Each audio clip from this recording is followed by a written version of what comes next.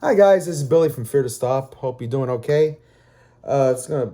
I got something I want to talk to you all about. I mentioned earlier how I was. I mentioned earlier that I wasn't feeling good. And so after I did that video earlier on the hip hop artists and why so many of them seem to be trying to scam the industry and why it seems to be isolated to that specific genre mostly. I ended up going to lay down, and because I had to put my head down. And I started watching videos, and I saw something that really ticked me off, and I said, you know what, I had to talk to you guys. All right, so real quick, if you're new to this channel, I am a musician in a band called Fear to Stop. I did major in audio engineering, uh, and I've been recording for about 21 years and done some projects for other people too. I mix and master for other artists as well. I'm going to be doing another video at some point, actually going into that because I'm going to be uh, expanding my scope, as it were, and taking on new clients. So, but that's a whole nother subject. Um, so I've been around a lot. Okay, I've seen all sorts of stuff. I've seen the industry completely change multiple times in 21 years. So I understand the struggle. Uh, People try to find ways to get ahead because it's hard out there, and I understand that. There's no judging. All right.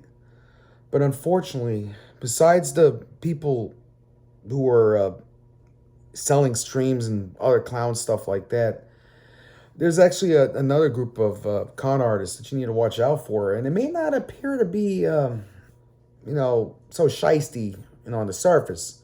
But dig a little deeper, you're gonna find some crap. And I'm gonna tell you all about that. Now, I learned a lot of stuff from this guy named Jesse Cannon, who I respect very highly. Okay, I learned a lot from him, and I actually recommend watching his videos because they help my band out tremendously. Okay, but I'm not here to talk about Jesse. I'm here to talk about the anti-Jesse. That sounds goofy. Um,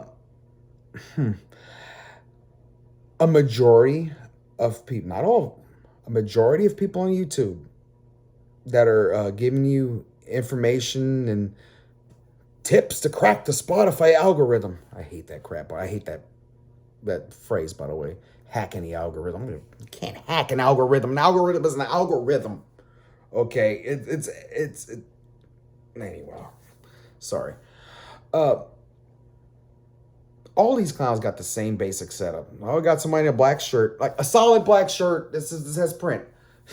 Solid black shirt, recording console in the back, purple lighting. Usually that's their thing. I can count 5 of them off the top of my head, but there's others too. These grifters, they basically have the thing where they all follow the same basic model. Now, I'm gonna be 44 on August 13th. Okay, so my daughter says I'm a boomer. I'm not. Well, maybe I am, but I do recognize that the world has moved on a lot since I was her age. She's going to be 15. Okay, but I can still recognize an old school con when I see one. I have insomnia. It's not easy for me to sleep. Okay.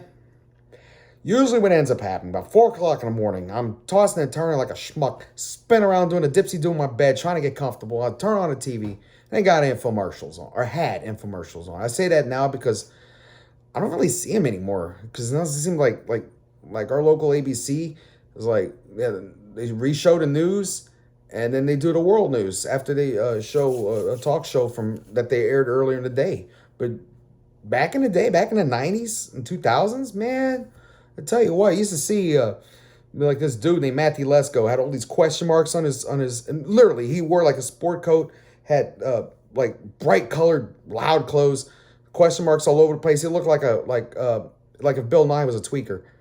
All right, I don't even remember what the hell he did or whatever. I just remember what the guy looked like. And had another dude.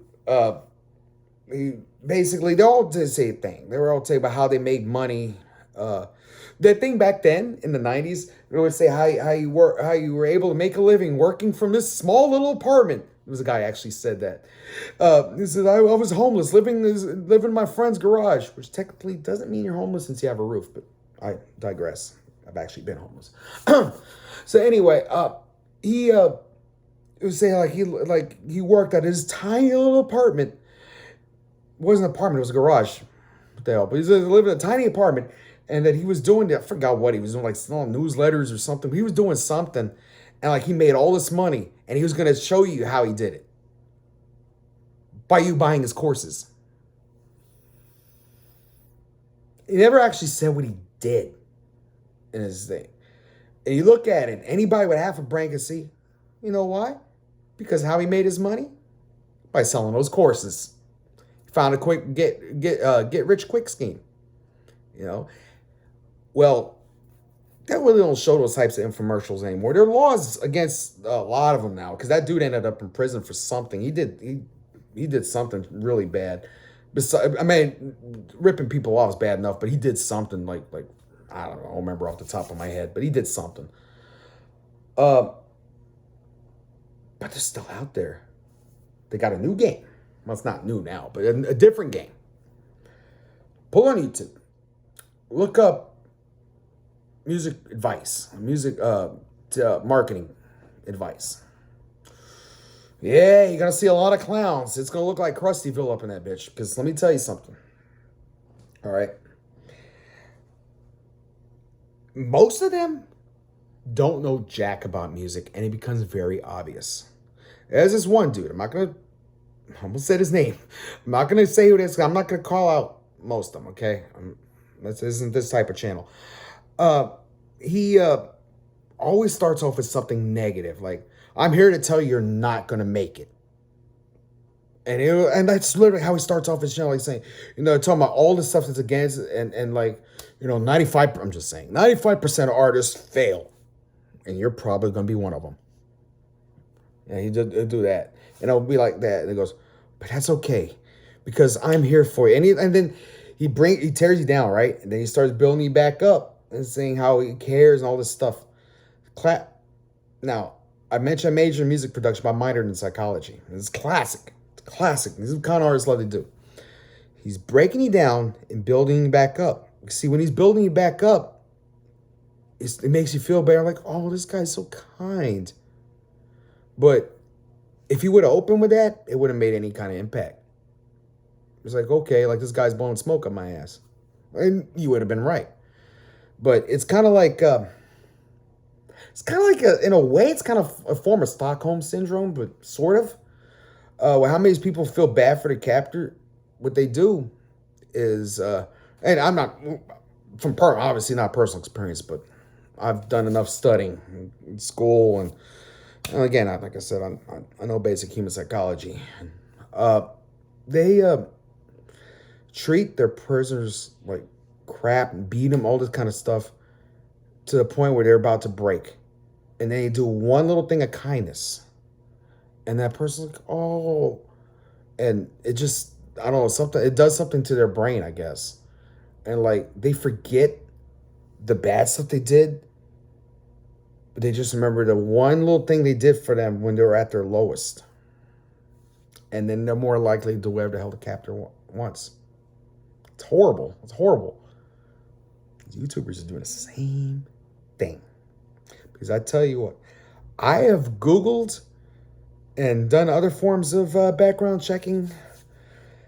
A majority of these people have no involvement in the music industry. None. A few of them started in the infomercial circuit or doing timeshares. There's one in particular. God, I can't remember which one of these two guys it is, but there's these two guys. They look very much alike. I'll put it like that. And I'm just talking about the same. They got the same hairstyle. One of them is a little kind of chubby in the face. The other one's face is more slender. All right. I really don't want to mention them by names because I don't know. Just, you know who I'm talking about because they're one of the more popular ones. or two of the more popular ones. And yeah, the one guy does that whole break you down and build you up thing. The other one just rambles on and on about good stuff and kind of builds you up like, oh my God, like you get all excited, but you got both of them end up with the same punchline. You got to buy their course. Now, those courses, I've never purchased anything like that.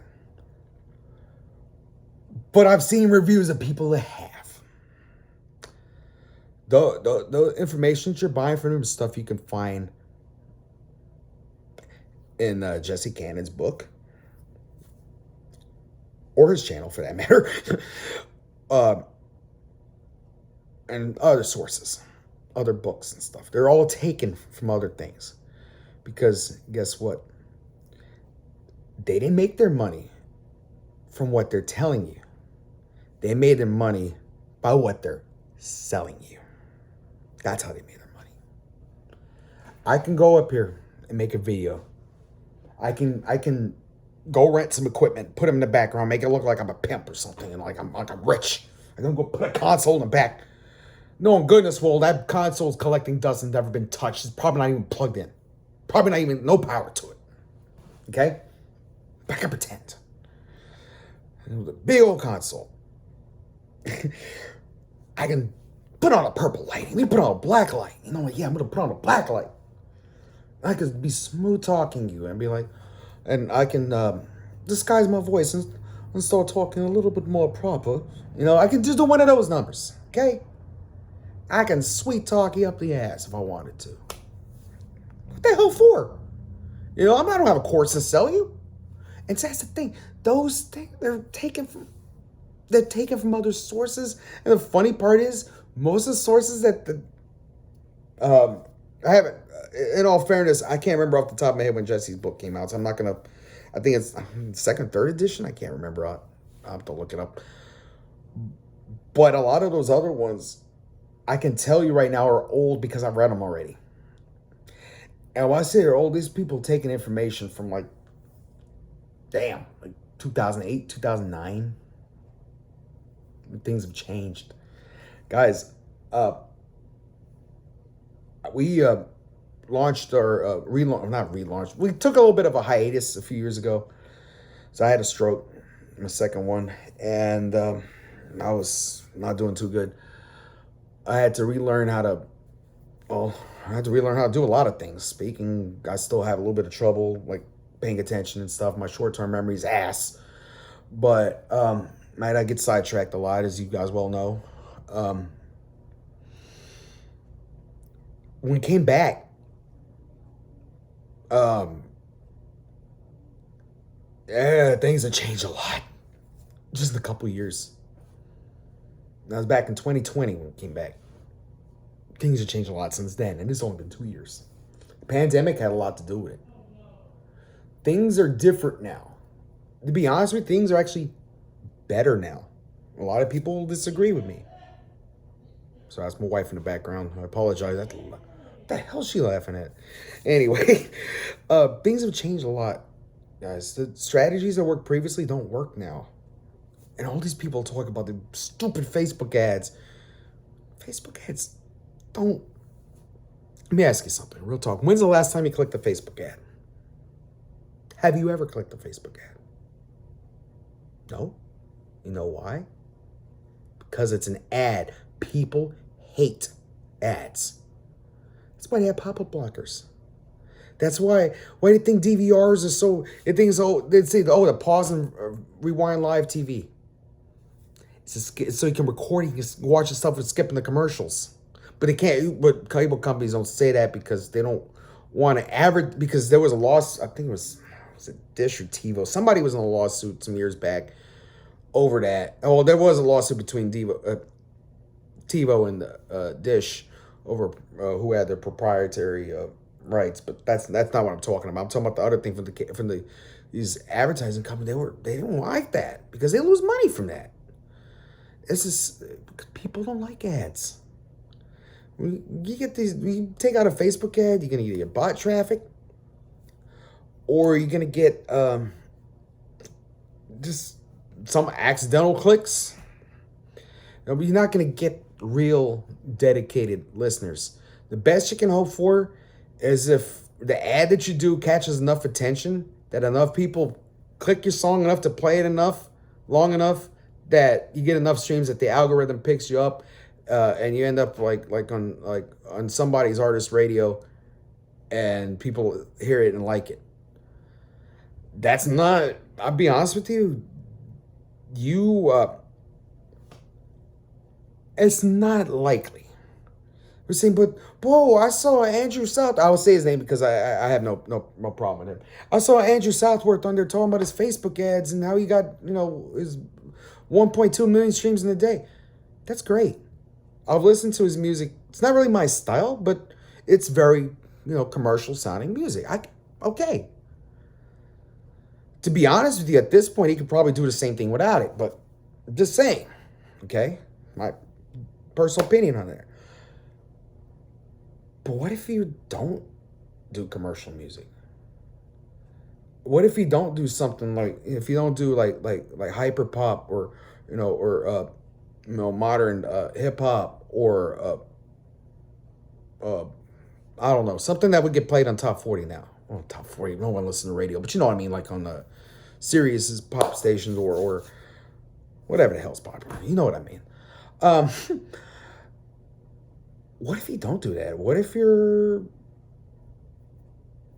like me, do underground, like indie rock? What if you're, with heavy Primus influences?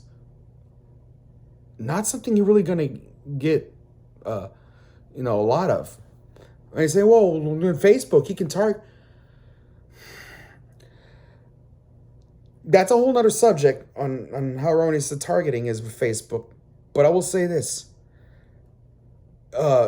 It's only cool if you're inspired by a major artist, but if you're in a genre that has a lot of subgenres in there that aren't really compatible with each other, then there's going to be, just because, oh yeah, if you like this artist, you're going to like me. It won't happen like that.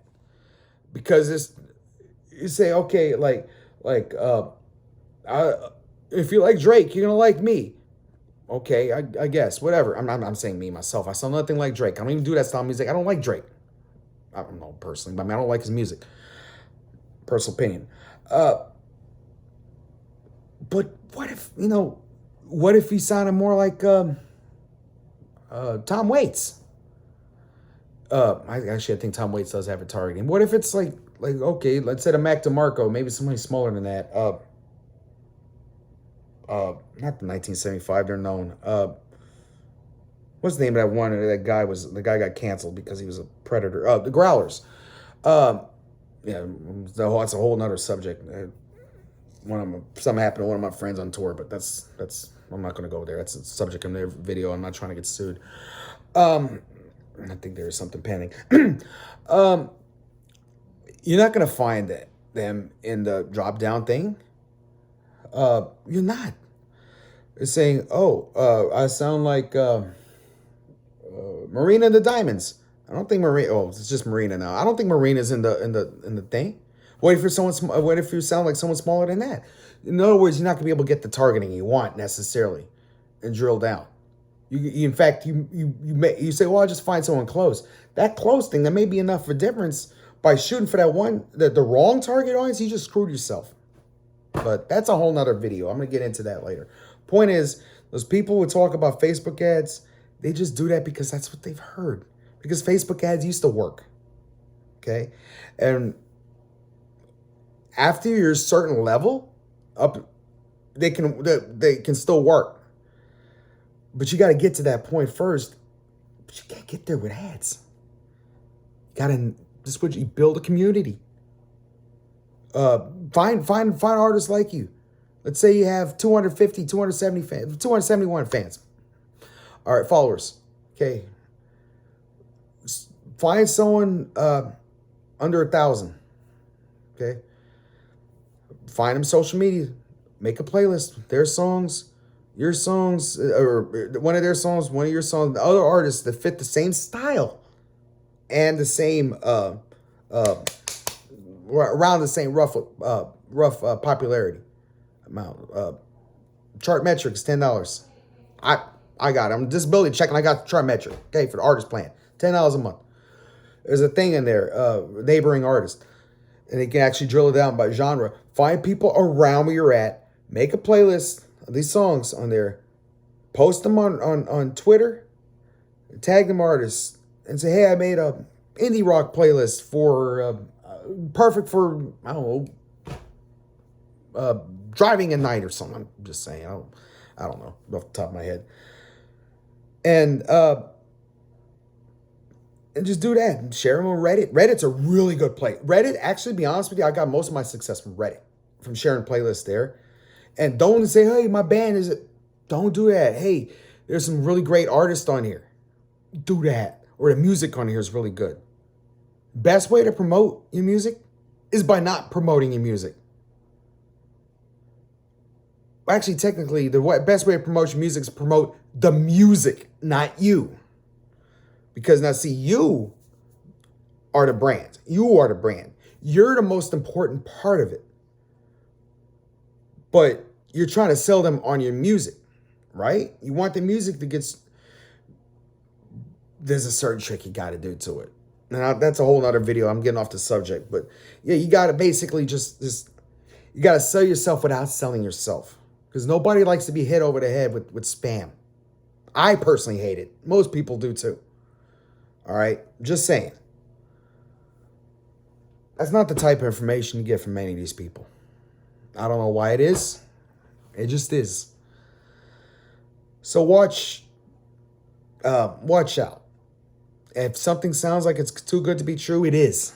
Not it probably is. It is. Okay, and there are no get-rich-quick schemes that work. At least not for the person trying them. The only one that works, apparently, is by coming up with get rich quick schemes that you can rip somebody else, have somebody else fall for. Don't do that either. That's bad. But you get the point. You know what I mean. That's what they do. They trick you. And some of this is not malicious, like, oh, I want to see how many people I can rip off. It's like, ooh, I learned a way to kind of it's basically a pyramid scheme. Let's be real. YouTube mucus marketing?